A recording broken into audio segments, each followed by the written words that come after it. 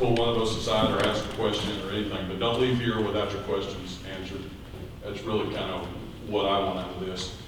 Before I turn it over to our presentation, to our presenters, just for your information, there is more going on now in the Brazos Basin than in my 33-year career here. We are moving projects at light warp speed.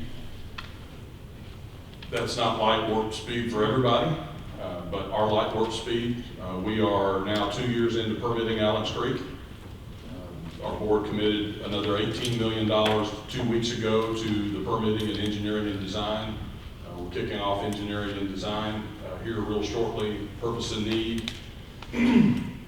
This presentation, for those of you that are taking notes, is going to be recorded. It'll be on our webpage, and so will the slides also. So anyway, yeah, so we're moving forward with Allen's Creek. We've got a great team put together, and we're looking at ways to do the project as fast as possible with the way that inflation is impacting utility projects.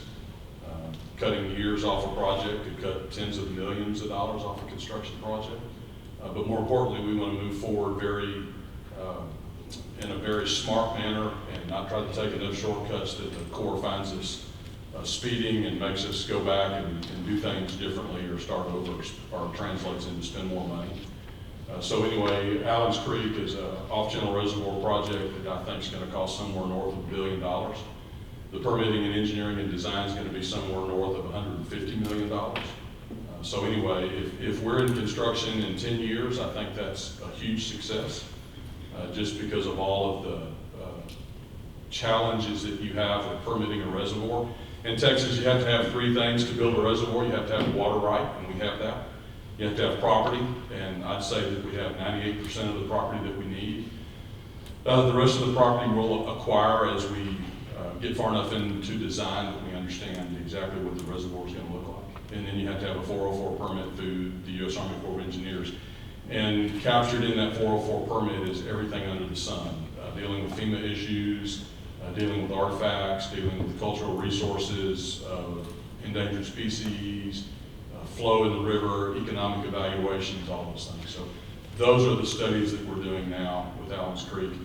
And we'll try to keep you updated. We'll keep updates on the internet, on our webpage, where you can go learn more about Allen's Creek. We are awaiting the Assistant Secretary of the Army to sign our Lake Whitney study report, which will be a major milestone in the reallocation of Lake Whitney that'll make more water available downstream of Lake Whitney. That's been, we're about 2.5 years into this effort, and it's going to be a huge win for the BRA and our customers if this moves forward like we think it will. So keep following along with that. The report that kind of talks about the reallocation and those things is, again, is in front of the Assistant Secretary of the Army, and we understand that he's going to sign that. So that'll be a big deal. Then what's next is starting about a 3-year process of getting that water permitted through TCQ before we can make it available. Anything I missed on that, Brad? Kind of accurate? Okay. So those are 2 huge things. We just finished our Tanner Gate project. We just had a great break-in of the project. We released almost 40,000 cubic feet per second out of Lake Limestone over the weekend. Aaron's going to talk about all of our reservoirs. We're doing a lot at all of our reservoirs. Mike McClendon is going to talk to you a little bit about some of our projects that are ongoing. And again, ask any questions that you want. There's no bad questions, and we'll talk whatever water strategy and water issues you want to talk about, we'll jump into. So anyway, Aaron, with that, I'll turn the program over to you. The restrooms are around the corner to the right. There's enough restroom space for all of us at once. So that was kind of interesting.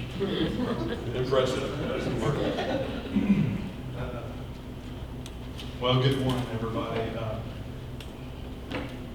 We're going to have a quick water supply update, talk about the system status, what's going on, the rainfall, had a lot of it. Before, late last year into early this year, we didn't have much of it. So we'll talk a little bit about that. Talk about El Nino and Super El Nino. I'm not going to get up and do a Chris Farley impersonation, but Michelle really wanted me to. So we'll talk about that, just in the future, what El Nino means to to the Brazos River Basin to Texas and the lower basin too. So this is our reservoir status. We show this, we update this weekly with data from the USGS. And this was from June 10th, so it's a couple weeks old, but not much has changed. The total system storage now is about 98% full. So everything is pretty healthy.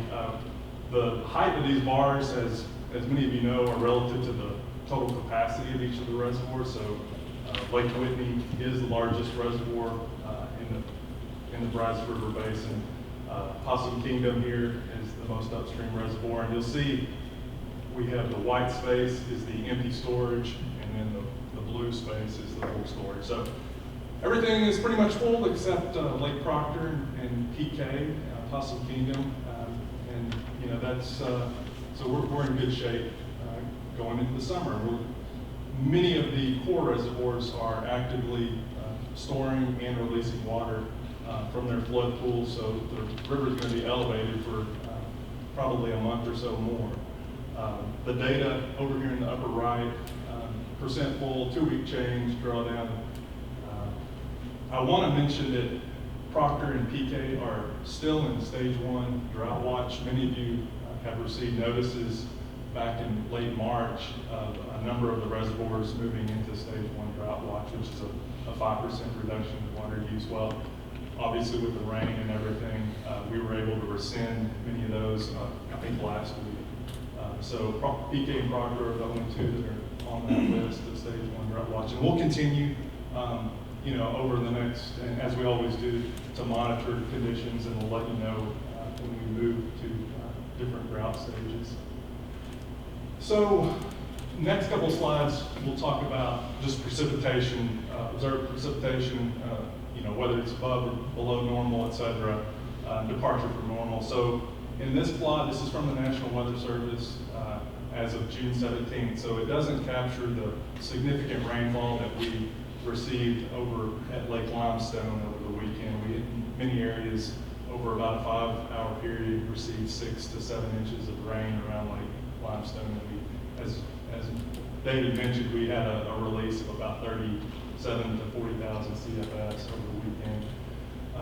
The scale on the left is just the rainfall in inches, and it's year to date, so January 1st to June 17th.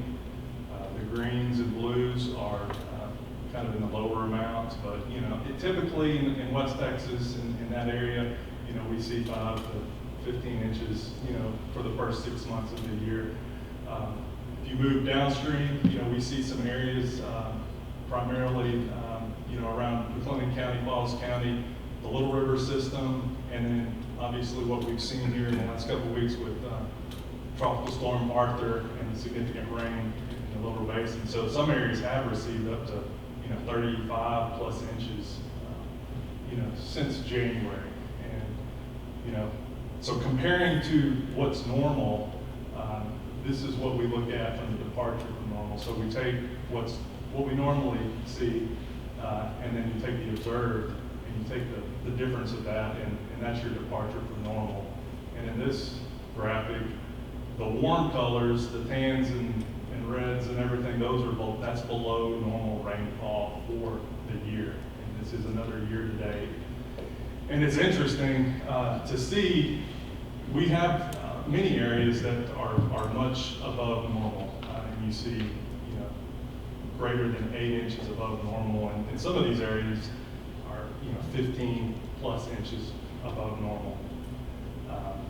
Falls County, Brazoria, and Fort Bend County, Williamson County areas, and that's why most of these reservoirs in the core system are full and releasing water. But you'll see some pockets in even limestone, and this doesn't include the rain event this past weekend, because this is as of June 17th. But I looked at this yesterday, and there's still areas in the limestone watershed that are below normal, even since including this most recent rainfall. And you'll see this area in northeast Texas of much below normal rainfall, and that actually extends out all the way to the east coast. So we have an area that includes the Brazos that are above normal so far, and then, some parts of Texas are below normal. So, Texas is big, big state, so that's not uncommon to see. Now, looking at the departure for normal precipitation on the water year today, so many of you may say, well, what's water year? Well, it's from October 1st to the current period. USGS, the Corps, they have a federal, essentially timeline on their budget and the water itself, and that starts October 1st. So this captures, that period of time where we did see quite a bit below normal rainfall in many areas, from October into March. And we actually, many of y'all may remember, we actually initiated downstream water supply releases this year in March. And we haven't done that since, I think, 2009. We didn't even do that in 2011. And so the flows down in the lower basin, especially in the March timeframe and March to January, were significantly below normal. So it's just interesting to note that, but we'll talk about what's happening next maybe. I know everybody's maybe clued in on what El Nino and La Nina means, but it's essentially the sea surface temperatures in the equatorial Pacific, off the coast of South America. That kind of drives how our jet stream moves storms from west to east. And right now, we've entered into El Nino conditions, and that just means above normal sea surface temperatures. And that's going to cause the jet stream to kind of move from up above to lower in the continental U.S., and we'll see more rain. The National Weather Service and NOAA, as of last month, has stated that, hey, this is going to be an El Nino, and we are in El Nino conditions, and it's expected to strengthen into the winter. And a very strong El Nino event is anticipated and predicted. So, what does that mean? Well, we'll talk a little bit about that. And you'll also hear super El Nino. That's not really a term. I think it is a term, but it's the media kind of grabs hold of that and uses that. But yeah, it's going to be a very strong El Nino. So I'm going to have to walk through this with you. So this is the National Weather Service, NOAA, looking at each climate segments across the whole U.S. and looking at El Nino years over the last 25 years. So you may remember a really strong El Nino was 2015 to 2016. So 2015 is in this. This also includes just regular El Nino events. And each of those climatic divisions has an anomaly, whether it's above normal or below normal rainfall for that year, for those analog years. So, that's what we're kind of comparing to versus the long-term average. And the left map over here is for rainfall, and you'll see, -6, so that's 6 inches below normal versus 6 inches above normal. And this is just for the summer period. So it is, I think, from June to August. So this is what we, potentially could see over the next couple of months. And what you'll see is rainfall, well, it's maybe about normal. We typically don't get much rain in July and August unless you have tropical systems. And so we'll be watching for that. But for the most part, rainfall, there's really not much of a signal, maybe below normal, towards the coast a bit. On the temperature side, it's indicating that we may see above normal temperatures. So a little bit, maybe 0.5 degree to 1 degree, and I think these are degrees Fahrenheit. So, we're going to get our 100-degree days, or if you look at the heat index, 120 down here. So, now, looking forward to the fall, that's when El Nino conditions really start to change our weather pattern, and that jet stream really moves down to the southern tier of the U.S., and you'll see that. So here, we're taking all of these years versus the long-term average, and and looking at September to November, and you see, above normal rainfall, over much of Texas, including most of the Brazos river basin. So, we typically have some big flood events, can have some big flood events in the fall.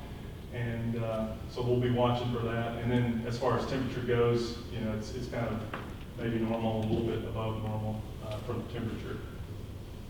Seasonal outlook, so this was released June 18th, and you can see the legend here. So brown is drought persists, tan or yellow drought development likely, etc.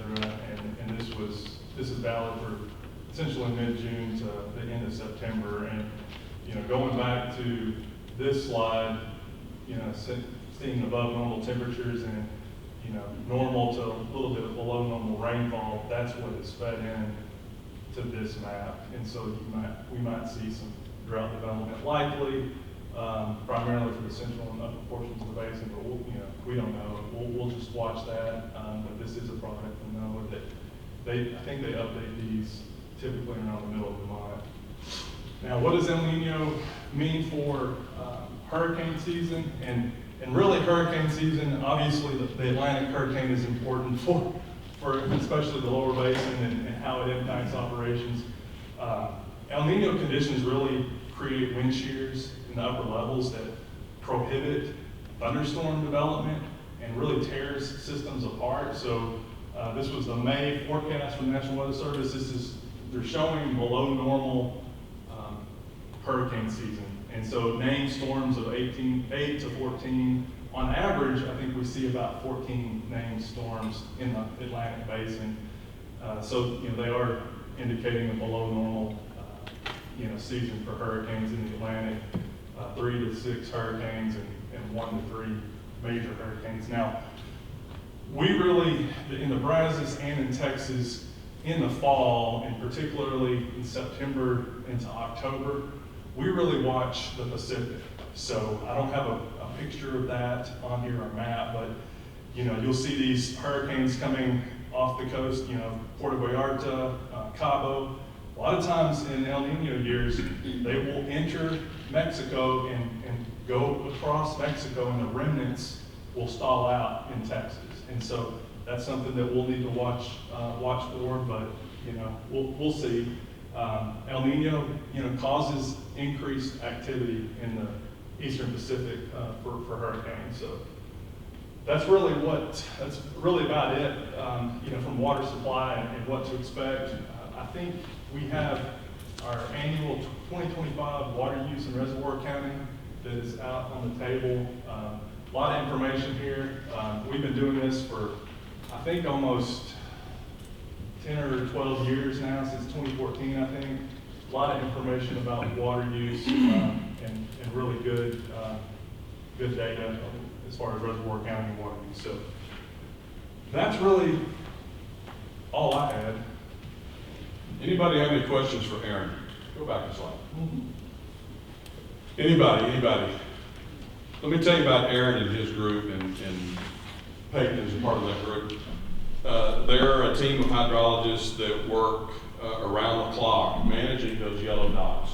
And those yellow dots on that map that you have are the reservoirs that all of our water is stored in. And they are doing the calculations and running the models. So when it's dry outside and there's water flowing in the river when you drive across the bridge, one of these guys put it there. Whether they called the Corps and asked for a release, or they let water out of one of the reservoirs that the BRA owns, they're the ones that are monitoring the river and the flows to make sure that your intakes and your water supply have enough water to pump out of the river. So if you have questions about flows that are in the river or things that are happening in the river, these are the guys you need to call and develop a relationship with, so you can talk to about future releases and those type of things. Would you go back to your slide with the stovepipe slide? I mentioned Allen's Creek and Whitney, and just real quick, I wanted to show you, if you're not up to date on our Whitney project, you see Lake Whitney, the WH, there's a ton of water there, but the VRA storage is very, very small. And we sat down with the Army Corps of Engineers 3 years ago, actually longer than that, and got them to fund a project to go in and reallocate that stove pipe, if you will. And what's going to come out of that is a larger allocation from that reservoir, hopefully, to the BRA for us to make available to our customers. So that's what we're talking about. The really advantageous thing about this reallocation is changes don't have to happen to the reservoir. We don't have to make any improvements to the dam. We don't have to change parks, all those type of things. So where normal reallocations where you have to go in and do those things may cost hundreds of millions of dollars or $1 billion, this project is going to be relatively cheap for the amount of water that we think we're going to get out of it. I'm not allowed to tell you how much water we're going to get out of it because I usually exaggerate. But these guys won't let me say it, but it's somewhere in the 10 million acre feet range. No, somewhere, I think if we get between 50,000 acre feet and 100,000 acre feet, I think we'll see that as a huge success. So it's a lot of water for Texas and for our future growth. So anyway, with that, no questions for Aaron. If you think of something, you can hit him up at lunch. Bring Peyton up, and he's going to talk to you a little bit about our water permit that's going through update through TCQ and kind of what that means for you guys in the future. Thank you. Good morning. My name is Peyton Lisenby. Like David mentioned, part of Aaron's group in Water Services at the BRA. Giving you a bit of a brief update on our efforts thus far to update the water management plan we have associated with our system operation permit this year. So a little bit of background on our system operation permit and its relationship to our water management plan. First and foremost, our SysOps permit is it's our most junior water right. It's our most recently acquired water right for BRA. We have several. This is the youngest. The priority date, the age of the water right, is associated with we originally applied for it back in 2004. Just because it's our most junior doesn't mean it's not special. It's an inherently complicated water right. Took a good bit of time to get the permitting through. So applied in 2004, wrapped up the permitting for the SysOps permit itself in 2016. And part of that permit development, part of that permitting process was the development of a WMP, right, a water management plan. A water management plan that's dense enough to have its own accompanying technical report. These documents are all considered part of the permit. So we have the actual water right document, and we have a water management plan, and we have a technical report. It's all packaged together as the system operation permit. And these documents, the WMP and the technical report, were conformed or finalized to fit the permit back in 2018. So we're coming on, from the time the permit approved, we're coming on the 10-year-old birthday, if you will.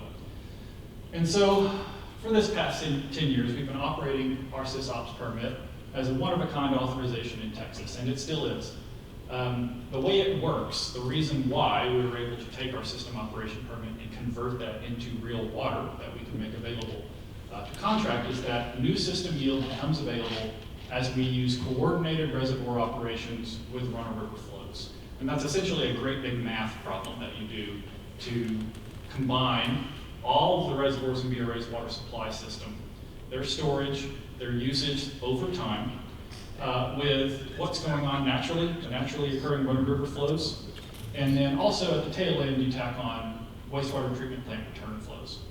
And so if you integrate these three things together, you can create a supply that was larger than the constituent components if you just added them up individually. When you integrate them, you get a little bit of extra water.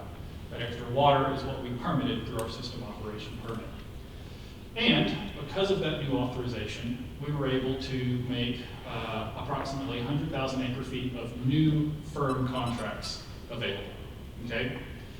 So the WMP, our water management plan, this is the document that details how we comply with all of the terms, special conditions, in our SysOps permit. There are several. Like I said, the system operation permit is our most complex water right. And there are several special conditions that govern how we are able to use the water, when we are able to use it, and the WMP provides the technical detail to demonstrate how we're able to make use of our SysOps permit and make use of this new firm supply while complying with the terms that are listed in the permit. Now, one of those terms is the reason we're here today, right? The water management plan is subject to the conditions in the permit, and one of those conditions is that our water management plan must be updated every 10 years at a minimum. That's from the time the permit was granted, which was 2016. So 2026, 10-year birthday, we're in the throes of doing that update now. The process, at a very high level, is to update the demand, the supply, and the hydrological data in order to maintain our system operation permit authorization. So I mentioned before, we have a supply of water that we've made available that's firm from this permit. It is our interest in going through the update to update our plan, update the supply, demand, and hydrological data so that we can maintain the authorization of the permit, so we can maintain that firm supply of available water. So to that end, we began this process a few years ago.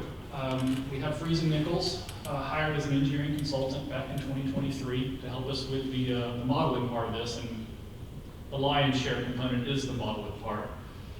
Spent most of 2024 compiling the data necessary to update those models and update the water management plan, reviewing those, setting kind of a charting a course to do that in the most efficient way possible.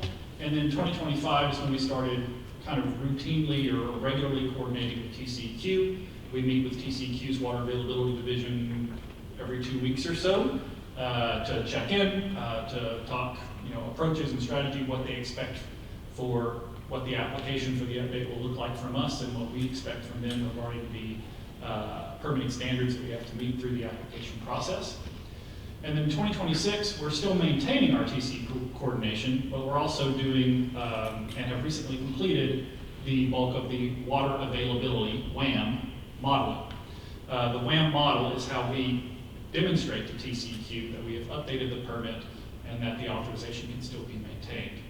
And then the WAM modeling, ultimately, all of that math, all of that model, will lead into updating the documentation itself, right? At some point, you have to convert the model to English, and that's what the WMP does, right? You convert all the technical jargon into the water management plan and technical report documentation so that the documents themselves are updated.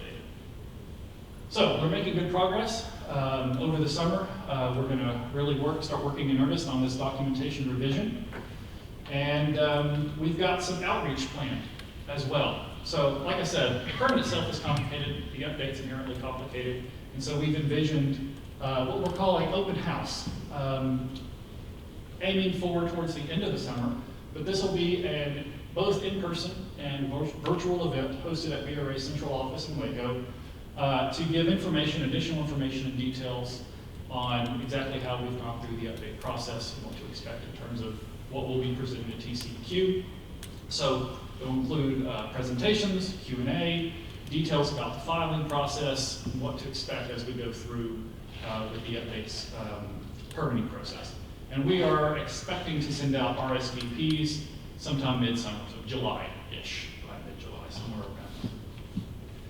Additionally, we've also given our website a bit of a makeover. This is the way it looks right now. We've taken all of the original SysOps documentation, and if you're familiar with the website, all the original WMP and SysOps permit documentation was available on there. We've taken that and kind of repackaged it in a bit more modern look, I suppose. I'm not up to speed on website design, but new paint, new shrubs, and new tiles. And so we've got the old 2018, what we're calling our 2018 water management plan, which was conformed in 2018, our original SysOps permit. All of that information, all the documents, all the appendices, the water accounting plan, template, all that's available through this tile. We've put together a host of FAQs, frequently asked questions, just to address some of the bigger, broader, overarching themes of what we're doing. And we've also thrown together a timeline. So like I said, we started in 2004, and then a lot of things happened through 2016. So we've got kind of the highlights of all the major events that happened through the permitting process. So this is available through VRA's website. And it's also going to continue to be updated, right? So we've pretty much updated this to the point of where we are now. Getting the old permit information together, FAQs about what we're doing with the update, a timeline of how we got here. Like I said, we'll continue to update this. A big update that is live as of this morning is a question portal. So if you go to the website now, you may see another tile. another way to get into this new web page that will serve as a way for us to receive questions from the public. We can internally get an answer back to them and then email the answer. And if it's a question that we see it kind of over and over and over again, if it's a question that seems pervasive or very important, we can actually update our FAQs to provide that as well. So the question portal is now live and will be through all the way through the submission deadline in November of this year, November 30th. Additionally, we're going to make updates to the timeline. Obviously, we have a new permitting process to go through as we go through the updates, so we'll continue the timeline and update that on our website, as well as any important milestones with the application. So I think that's all I have on the WMP. I know that's a lot of information. I tried to be quick and efficient with it, but I'm happy to take any questions you guys may have. Thank you. If you think it's complicated, I'd argue that it's probably the most complicated, in-depth permit in the state of Texas as it relates to water rights. So go review the stuff. If you have any questions, reach out to us and let us know. Basically, at a very high level, we approached the TCEQ and said, hey, we think science and models show that there's more water available in the river than what we're getting credit for now, and that allowed us to be successful and prove that there's more water, and it allowed us to make more water throughout the basin. So that's kind of the approach, kind of to squeeze the lemon one last time and make sure that you're using it as efficiently as you can. So, thanks, Becky. Yep, thank you. I'll take that too.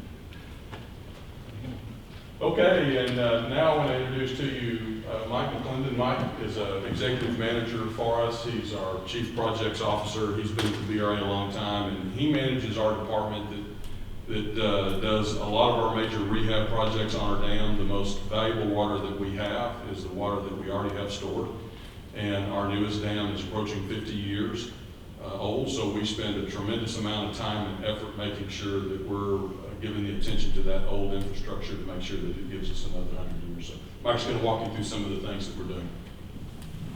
Thank you, David. Again, my name is Mike McClendon. I'm our Chief Projects Officer. I've been at the Reservoir Authority for about 22 years now.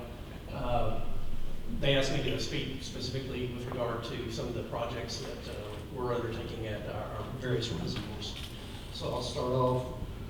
I'm sure most of y'all are pretty familiar with the reservoirs, and you've seen them in some of the previous slides.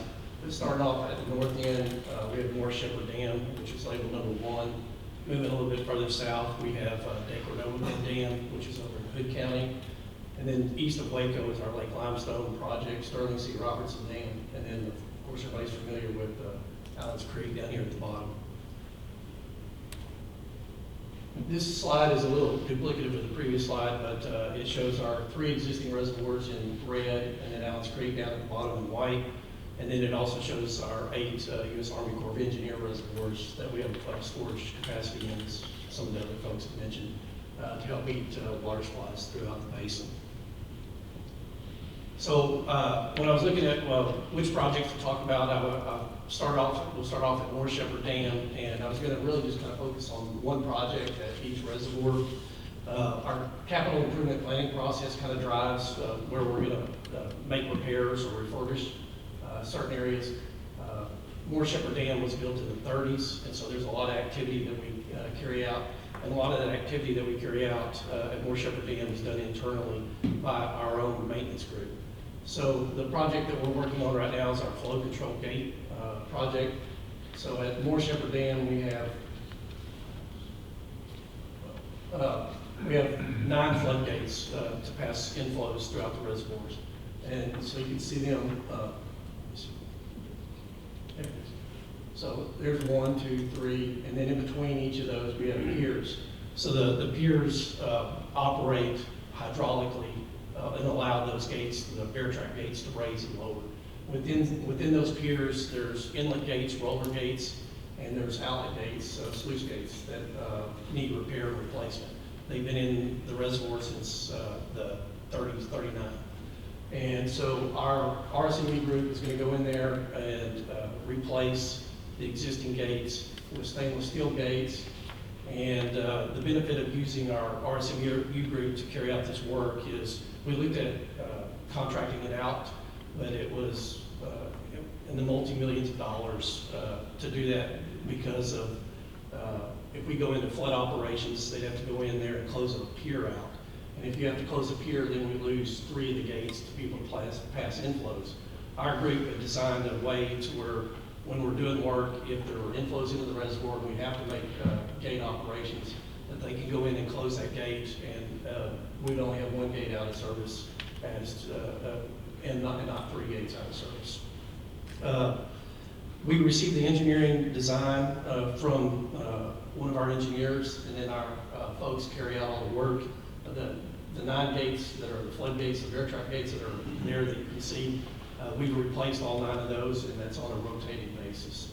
The project will take probably about 13 months to complete each pier, and the cost for the engineering and the labor, or the engineering excluding labor and the materials, is about $2 million. So there's a significant savings using our own firms. And then looking over at, this is Day Cordova Bend Dam, project that I was looking at here. It's what we identified as our trifecta project. The first phase consisted of a condition assessment.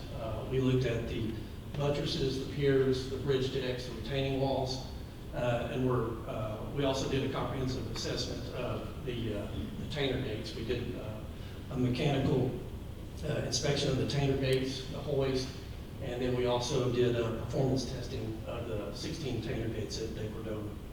We're moving into phase 2 of this project. In phase 2, it's going to be, our engineer will provide us the engineering and the design to make some of the concrete repairs to 2 of the buttresses on the end. And then they'll also be providing us a engineering design to replace our trolley system that we have right now that is used to raise or install and remove our stop logs. We'll be installing a new monorail system. And then another component, looking at, as we move forward, we'll be looking at the 16 tainer gates that are out there. And much like David mentioned earlier at Lake Limestone, we just replaced the 5 tainer gates. We'll be looking at, do we need to replace these tainer gates, the 16 tainer gates, or do we need to refurbish them? And phase 2 is cost probably approximately about $6 million. And then we've already kind of mentioned this a little bit, but this is Sterling C. Robertson Dam. It was constructed in the 70s and had the original gates in there. We went in and removed all 5 tainer gates and replaced the tainer gates. Our primary mission really is to just ensure the longevity of these structures and be able to pass and provide water in a safe and reliable manner. I know my presentation was supposed to be just limited to our reservoirs, but one of the things I was going to mention that some of our Corps of Engineer reservoirs, we do have some work going on there. We have a big project at Belton, the Stillhouse, where we're installing a new pump station and pumps, and then a transmission line associated with that. That's at about 30% design, so we'll be able to move water where it isn't, where it needs to be. And then we do have one project, our water treatment plant. It's about a $200 million project at our East Williamson County water treatment plant.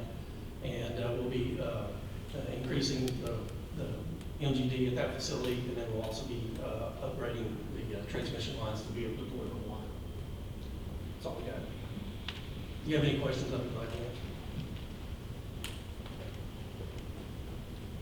I want to give you another perspective on what we're doing. In 2011, we entered into what we didn't know was going to be the dry to record part of our basin. And we found ourselves in a position to where some of our reservoirs and some of the core reservoirs couldn't release all the water that we needed. So the purpose of maintaining these dams is, yes, it's to maintain a healthy structure, but it's also so we can store water for you. But equally as important is so that when you need water, we can release water. And that's very significant because these are very old pieces of infrastructure, and again, we're going to try to get another 100 years out of them, and they're in really good shape, and I'm really proud of what we're doing. What Mike showed you earlier at Possum Kingdom, he mentioned our RSMU group. We made the decision about 15 years ago to maintain our own staff to do our own construction because the construction is so specialized that it's expensive to go out and bring in contractors to do this work. So when we bring in engineers, basically for a project we call our castle project, where we were looking at the health of the concrete. We brought engineers that were experts in concrete, and they helped train our guys how to do concrete replacement on site. So we can do the labor in-house. We can save tens of millions of dollars on taking care of these old dams. So I think it's a really robust maintenance project, maintenance department, and they do really an excellent job at maintaining these structures. Now, we're going to bring up our CFO, Michelle Giroir. This is something that her department created this year, and it's called the Popular Annual Financial Report. It's got a tremendous amount of information. She's going to walk you through our proposed budget. And if you don't take anything away from today, I want you to take away this. We are doing everything we can to save money, and we understand the impacts to you all. We understand inflation.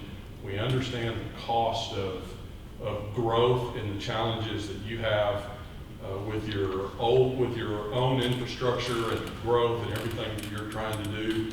We've implemented a program that we call Lean BRA, where we're creating a more robust culture of how to think about how we spend money and doing things that we can do to save so that we can minimize the cost increases. Because quite frankly, to do the things that we're telling you that we're going to do is going to be in the billions of dollars. And 10 years ago, we were talking about spending hundreds of millions of dollars, and now we're talking about spending billions of dollars. But if we're going to take care of this infrastructure, and we're going to develop Allen's Creek, and we're going to develop Whitney and things like that, it's just going to be very, very expensive. Now, I don't know, you've been really quiet so far, and I really don't know why we brought these. But Ray, would you raise your hand? Ray, raise your hand. Ray looks like an IT guy, but he's really security. So if during this next presentation you start throwing these at my CFO, he's going to escort you out of here. So mind your manners. Good luck. Thank you, Dave. We didn't mention your CFO short enough. Just really easy. So good morning, everybody. Like David said, my name is Michelle Giroir. I'm the Chief Financial Officer at BRA. I have been with BRA for a little over 25 years. And we are going to walk through our budget for fiscal year 27, and then we're going to take a look at our long-range financial plan, or at least the next 10 years, what we think we'll be working on. So for fiscal year 27, on the expense side, our biggest asset and our biggest cost center is our employees. And so for next year, we're looking at an employment cost index increase. A lot of people call that a cost of living increase of 2.5%, and a merit pool of 3%. We are going to be adding 4 full-time positions, and we're going to be converting 2 part-time positions to full-time positions. Our share of the O&M expenses for our storage and our federal reservoirs, those are the other 8 Corps of Engineer lakes that they were showing you on the maps, is going to be $3.6 million, and that's actually a $1.4 million decrease from the previous year. All of our O&M expenses together, not including debt service, are going to be increasing less than 3% from fiscal year 26 to 27. We also anticipate issuing $59 million in debt to fund these capital projects that we've been telling you about.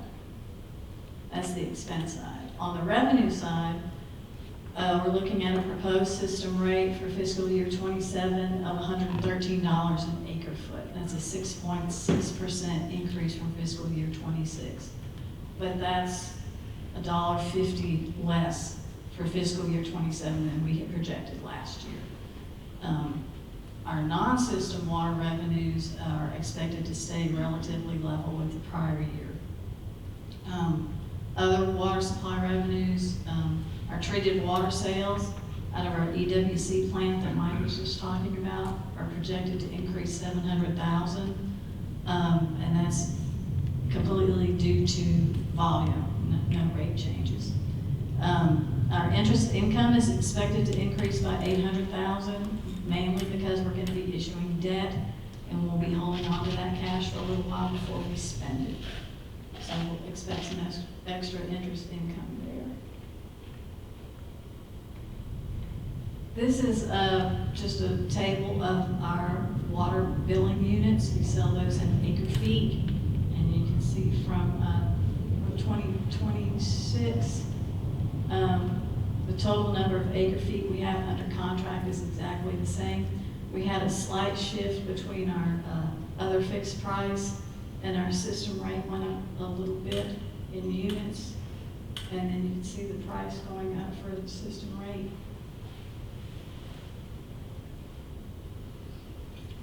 These are our long-term contract conversions, and this just shows how they kind of matriculate over time. Something to point out right here is this blue. This is about 97,000 acre feet that we have under some utility contracts that we expect to convert to system contracts in 2031. The total increase in water right there, that's the million acre feet that we're gonna get from Lake Whitney that David's talking about right there. But everything else pretty much stays the same over time.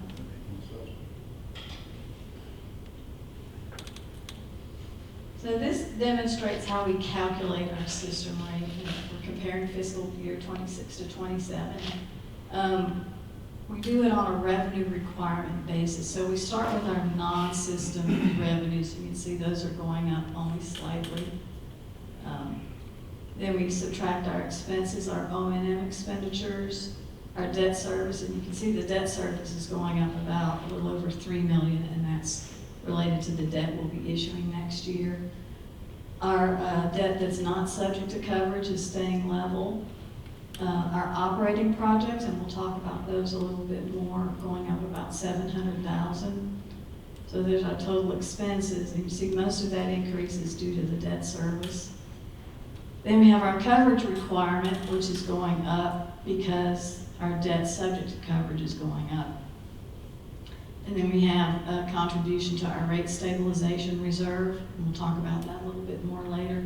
So that gives us a total financial requirement for fiscal year 27 of $55.251 million. And when we divide that by the number of system acre feet we have under contract, that's how we get our system rate.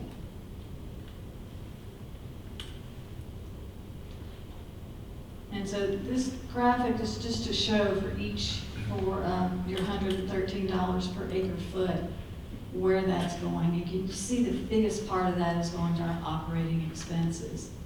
And then the next layer is debt service. You can see that's going up a bit for 27 because of the new debt service. We have our operating projects, and the next layer is our coverage, which is also going up due to the debt service. And then the last layer is our rate stabilization fund.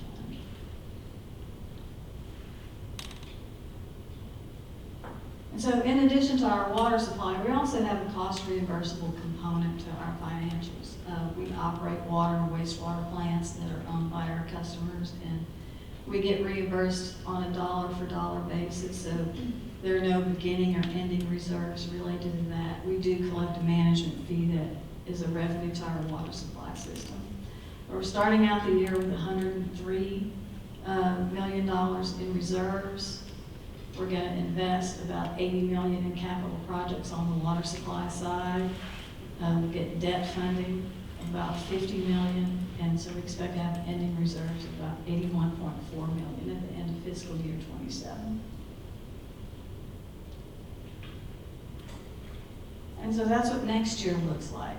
So it'd be silly if we just looked at 1 year, considering how long it takes to get all these projects completed. So we have a long-range financial plan, and it's basically a model that we use to forecast our financial stability based on current conditions and based on the decisions that we make today and how those are going to affect system rates in the future. And so it's a 50-year forecast, and that helps to align us with the state water plan. We only look at the water supply side. We don't look at the cost reimbursable side. Inputs into the model, our existing debt service schedules, our upcoming proposed annual operating plans, or our budget for the next year, our current project inventory, our current water contract inventory, and then we have inflator values that we use to inflate everything over time. And so for forecasting on the expenses, we estimate those over the 50-year planning period using the inflators. We have a separate set of inflators for each class of expenditure.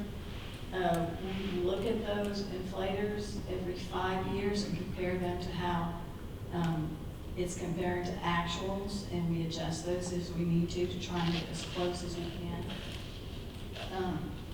We apply those inflators to the proposed annual operating plan. If we have a new operation that's coming in, for instance, Allen's Creek, we're layering the O&M costs for Allen's Creek into that 50-year model the year after we plan to finish construction. We make manual adjustments for things we know are going to happen in the future. Our defined benefit pension plan is going to be fully funded in a few years. And so we're manually pulling that expense out in the future. And then our project expenditures are based on our project budget worksheets. So this is what these are operating projects, and we talked about those earlier. Operating projects are projects in that they're non-recurring expenses. They are usually repairs to major capital assets, but they don't create a major capital asset. Some of them are studies and assessments, evaluations, environmental projects, and these are all funded with current revenues. You can see for next year, invest about $5.8 million in operating projects. And then we have our capital improvement projects, and these do create capital assets. And you can see we have the East Williamson County, Allen's Creek Reservoir, Bell House Drought Preparedness, raw water line phase 3 pump. So next year we're planning on spending $83.2 million on capital projects. But what I wanted to draw your attention to is the next year, 2028. And that number jumps to $261 million. And that's because some of these projects that are still in the design phase, we expect them to go to bid in late 26, early 27. We should be well under construction by then. And so this is just sort of a look forward of the debt that we think we'll have to issue in the future. So and this is just the water supply system. So there's the 50 million next year, but then you see next year it jumps up to 219. And luckily it drops back. So as far as forecasting the revenues, we assume that any non-system water supply revenues, that when those contracts expire, they will automatically convert to system water contracts. We assume that our ag contracts are going to renew as ag contracts, and those are at a reduced rate, 70% of the system rate. And then revenue for new water created by projects such as Lake Whitney or Allen's Creek is assumed to be sold at the system rate in the year following completion of the project, or if we have to get a permit like with Lake Whitney a few years afterwards. So once all that expense and revenue data has been put in, we start balancing the model. And this involves adjusting the system rate, or issuing new debt, or utilizing our rate stabilization fund to make sure that we are meeting all of our financial stability tests, which are our coverage, 90-day working capital. We have a contingency reserve fund, which is currently $5.5 million. We have a self-insurance reserve fund of $500,000, and of course we have to make sure our budget is balanced. And so, as of now, looking forward 10 years, these are what we expect our reserve balances to be at the end of each of these fiscal years. You can see 27 reserves are fairly high because we're going to be issuing debt, but then we'll be spending that down over the following years. You can also see the 90-day working capital reserve. As our O&M expenses go up every year, that 90-day working capital reserve amount is going to go up every year. And so what is the rate stabilization used for? It's used to give us the cushion, but it's also used to buy down the rate in future years. So you can see right here, this top row, that's what the model is telling me the rate should be. But in the second row, I'm saying that I have these rate stabilization reserves, and I'm gonna use these as current revenue, and I'm gonna buy down the rate this much. So in fiscal year 28, we're gonna buy the rate down $22. In fiscal year 29, we're expecting to buy it down $30.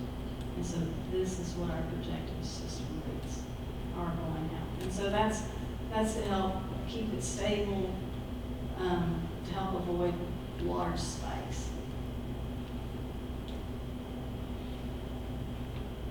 And the slide everybody else. Right, sort of, this is our system rate.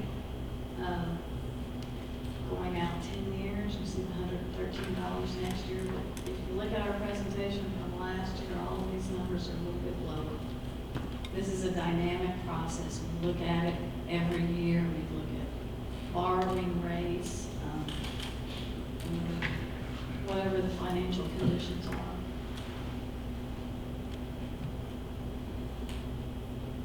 And so what does $113 per acre foot of the water look like? It looks like this 1,000-gallon tank would cost 35 cents.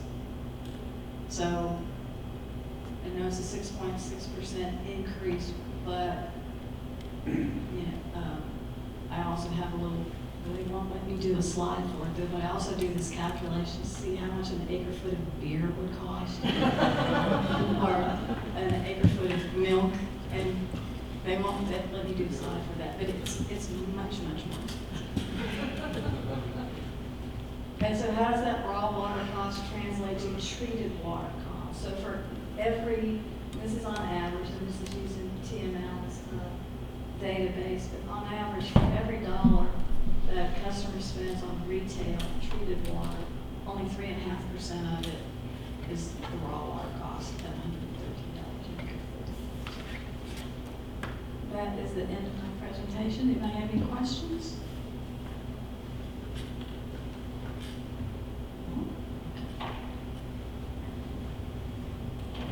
Thanks, Michelle. For those I haven't met, I'm Matt Phillips, BRA's Deputy General Manager. And I'm going to close this out by, Michelle already did, but asking if y'all have any questions about anything that we covered in the presentation or anything we didn't cover in the presentation. Anything on your mind? Yes, sir. Question. You know, I know that most municipalities shared the long-term projected needs, either with BRA and probably with Freeze as well. I'm sure there's a gap between what's available and what the projected need is. And I was just curious if you could comment on that and what the,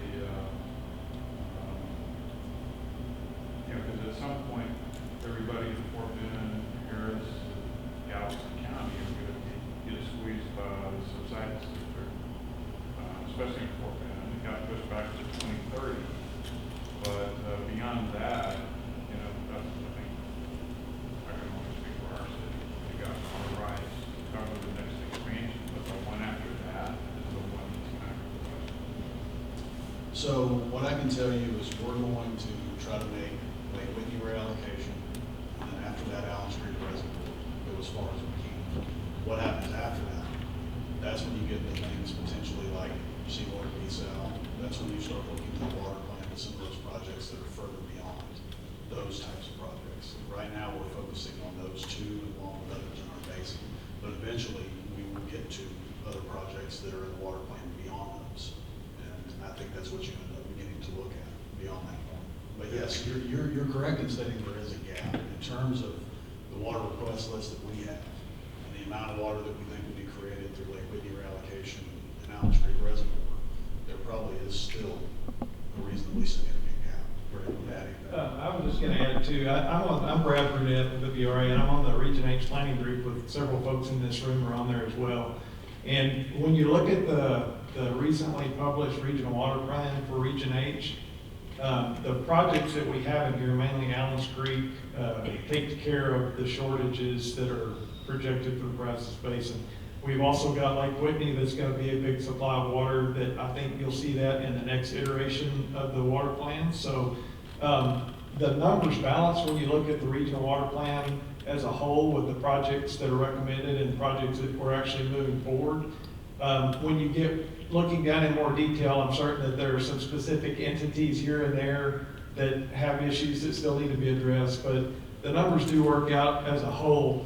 But Matt mentioned we've got a request list at BRA, and it's basically a list that we maintain for any entities that think they're gonna need more water in the future. We've got a questionnaire for you to fill out, and it basically gets your name on our list so that when these projects do happen, we remember you and we can reach out to you and say, do you still need water? And then we go through the process of figuring out how to allocate it, because I think unfortunately moving forward, our request list is always gonna be bigger in volume than these projects are.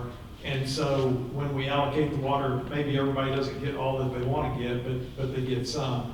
And I can also say that it's easy to get on the request list, it doesn't cost anything, and so I would say that the true answer between how much water is really gonna be needed is probably somewhere between what the regional water plan might show and what our request is, because, you know, folks, you can put your name on the request list, it doesn't cost you anything, and then, you know, when we got the water available, you can say, yeah, I really need all that, or you can say, yeah, you know, maybe we don't need quite all of that. But on your bar graph, you have, you know, what the existing demand is. Do you also have one that you could put on there with the projected demand? Which bar graph? Where you showed the different levels, and I think it was a couple of. Oh, the total contracts? Yeah. We don't have one right here right now. We've got that data in the office and we monitor it. But in terms of our existing water demand, we're using a little over half of the water that's under contract as a whole. So, if she can get back to it here. So it's, you know, a little over 700,000 acre feet is what we have under contract. And in an average year right now, we're using 350,000 acre feet, something like that. It's on the sheet that Aaron showed you. I don't know if any of y'all picked those up, but they're available out front. But it shows how much water is actually used under these contracts. So we're using a little less than half. And Howard, if you drew a line up through those bars, I think it would show for our customer base, we're probably good out well beyond 2036 as a whole. But again, that kind of hides entities, specific entities, because we have some entities that may have water for 100 years, and we have other entities that, you know, they may need more water in 10 years. So when you look at it all together, you kind of lose the granularity to see that detail. Does that make sense? Yeah, a little bit. You know, the last request that we made a request of X, and we got something significantly less.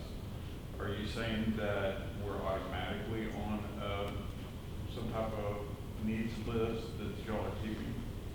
Or is that something Do you separate? remember if they're still on the list, Amy, Richmond?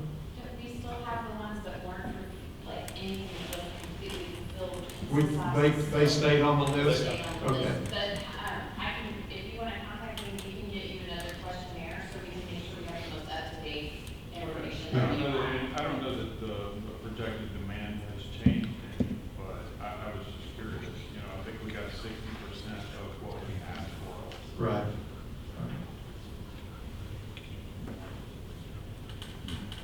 How long of a construction period are y'all anticipating for the Alice Group?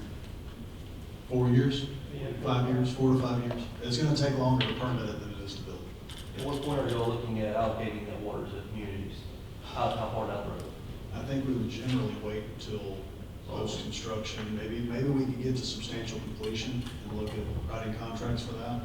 But we'll kind of cross that bridge when we get there. But it should be close to final construction, final completion. But when we get the permit and get the final design, we'll then know exactly how much water we're going to get out of the project, and we'll be able to reach out to the people on that list and say, okay, here's what's coming at the end of construction. So that you're looking at that probably about 10 years then? Yeah, that number's probably 8 to 10 years out. And as we go through this permitting process for this exercise, we're going to look for different paths that we can take to expedite the permitting you know, the reservoir, but it's not really something that we necessarily control. You know, we're going through the Corps of Engineers process, but we will look for avenues to do that. But what we will be careful with is the effect of expediting the project on our rates as well, based on what we're projecting now versus if we moved it up and got to construction soon. You know, saying 4 years of construction, how long are you anticipating for that to actually fill up? It could be full in less than a year. Yeah, we're gonna have the pumping capacity, if we build it as it's been contemplated, a pumping capacity of about 2,000 cubic feet per second out of the river. And at that rate, we can fill it up in 30 or 40 days if the river flows high. And it usually happens, you know, with reservoirs as they're built, you know, you look back in history and the engineers estimate, you know, if you build a normal on-channel reservoir, that it might take 3 or 4 years to fill it up. And that's based on, you know, average hydrology. And what usually happens is 1 or 2 big floods and they're full. They fill up quicker than people think whenever it floods. And your first question about Allen's Creek water, that's probably 10 plus years out. You don't see a bump on here for us making that available, but the Lake Whitney water you see there in 2031, that's a reasonable expectation, and it could even be a little sooner than that, but I think that's a good ballpark for that reallocation project that David said we're going to get 1 million acre feet out of, and it's really a lot less than that. That's about when that water. Significantly less than Yeah. Yes. With the question here, is there no way we can confirm that we're still on the list? Yeah, it is. Yeah, of course. Yeah, we can get that information. See that lady in the blue shirt back there? See Amy back there? Just email me. Yeah, just put her contact info, reach out to her. We can make sure you're still on.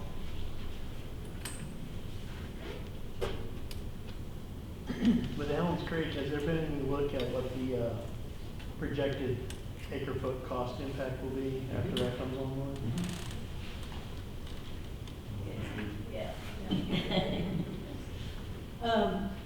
We don't, some of that depends on if we're able to get some funding for the Water Development Board, especially for the design portion of it.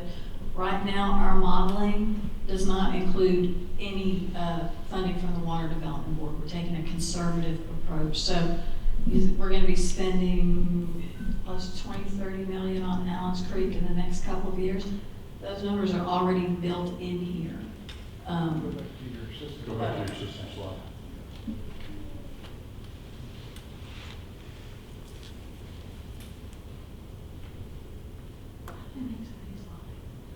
Yeah, so the funding for Allen's Creek for the next 10 years is already in here.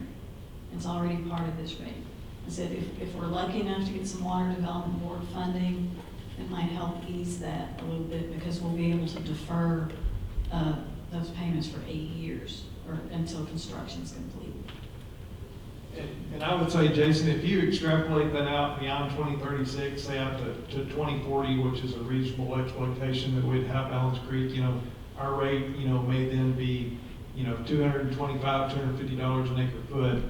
If you look at just the cost of Allen's Creek by itself, if we had to build that project and charge everyone the full cost of it, it's double or triple that. I don't know the exact numbers. I think if you look at the Region H water plant, it's $500 an acre foot or something like that. So, you know, that's the benefit of our system is we're able to blend those costs in where the full cost of that won't be necessarily reflected into the rate. In Peyton's presentation, he mentioned part of the modeling included wastewater treatment plant discharges. Does that include the permitted ones? Because we have some districts that are permitted for 1 MGD, but on average, they're discharging at 600,000 gallons per day. I mean, I know it's a drop in the bucket. And then on top of that, we're also looking at several reuse projects, so that water can be reused either for irrigation or golf course. Yeah, so the way in which wastewater treatment plant discharges are incorporated into SysOps is that we're held to permitting the minimum monthly discharges, actual discharges, over a 3-year state period. or same goes from the TCEQ do? Yeah, so we look through what the state reports to the EPA. We look at, you know, all 12 months in a year over a 3-year period, what was the minimum that was discharged in that month, and that's what we were able to apply for and get permitted the first time around. So again, with a very conservative approach. Good question. All good questions. Yes, sir. So earlier you mentioned that there was additional storage going to become available at the DRA storage unit by upsizing it. Is that water going to be available earlier? The Lake Whitney project's what we're talking about, having the available storage in, and we anticipate if we're successful, and it's looking really good, that that water will be available in 3 to 4 years. I've just been saying 3 years. Yeah, so if we get approval from the Assistant Secretary of the Army this summer, we would then begin the process of permitting that water through TCEQ. That process could take 2 to 3 years. And in terms of actual numbers, what the study finds out is that the reallocation could develop an additional roughly 185,000 acre feet of storage. With storage, obviously yield will be somewhere south of that, and that's what we've got to go to TCEQ to determine. So that water will be made available as soon as we get that permit from TCEQ. And the list you were talking about earlier applies to that as well? That's right, Yes. that's right. Yes. And just for perspective, right now we've got 50,000 acre feet, this little spot right here. After this reallocation project is approved, you can essentially add a whole lake limestone to the bottom of it. So we'll have about half of the reservoir there permitted for water supply. Now that's the volume, and the yield that we contract for is less than the volume. So if you look at the total volume of all our storage, it's over 2 million acre feet, but what we contract for is 700,000 because we have droughts. You can't take the whole volume of the reservoir out year after year. You have to, it's reduced to the reliable portion. So we'll have, roughly, 250,000 acre feet of water supply storage. And then the yield that we'll contract out of that, as David mentioned, will be something likely between 50 and 100,000 acre feet in total.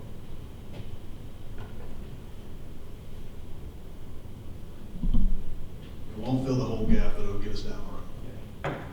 Jay? Yeah, is there a target and a floor for the reserve, the rate stabilization fund? Seems like we pump money in it, you have plans for pulling it out, but when you do pull it out, are we gonna pump money back in it? Where are we trying to target? Good question. We definitely try and keep that around 30 million or more. We're also using it, if it gets above that level, we're using that to cash fund our capital projects.